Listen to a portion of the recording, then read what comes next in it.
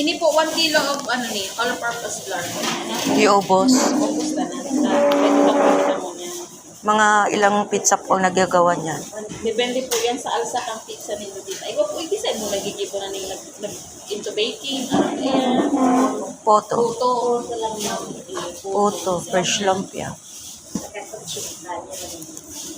Actually, dyan man ako nagtuon. Bago ako nakanood mag-cake. Nagputo po na ako. Nag-coaching ka. Graduate ako ni YouTube University. Yan ang the best, ma'am. Sariling aral. 1.5 kilo po.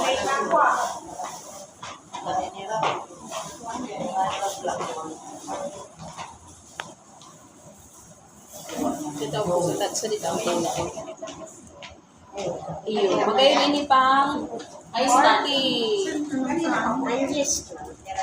Ini po ini tulong pack ini. Sa pag mga 10 grams man lang ang sarap ini. tas uubuson. Yes. Ang sa equivalent kani is 1 tablespoon. 1 tablespoon. Ma'am, ikaw po yan ratio.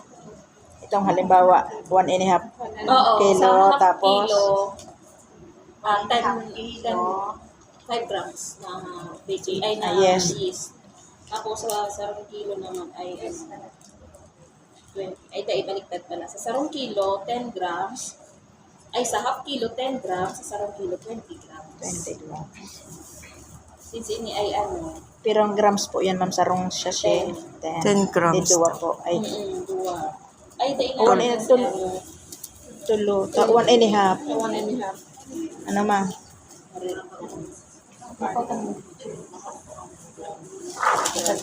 Saan po pwede po mag-times?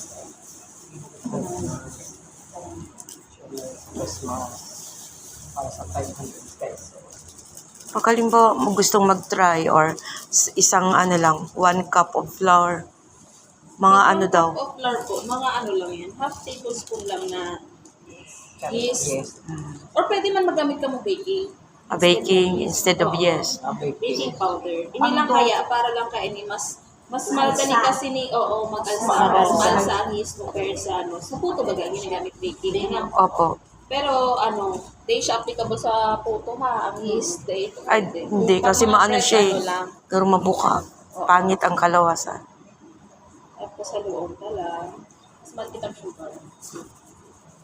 Ang sugar po, depende na lang. Depende. Ano po ni? 5 tablespoon. 1.5 kilo.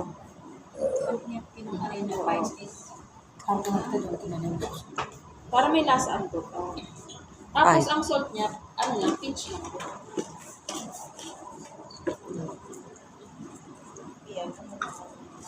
Ayan. So, Sarong araw lang kaya. pinch. Oo, para may Ay, lasa. sorry. Pwede din nindo inilaganan ng ng powder Magawa milk. na po Pero ng optional. Optional lang yan. Tapos sa tubig, 4 cups. Ganyan. Ang pag-add po ng tubig, gradually lang. Hindi sa Opo, para po teka mo 500 grams na dahil siya, dahil siya maging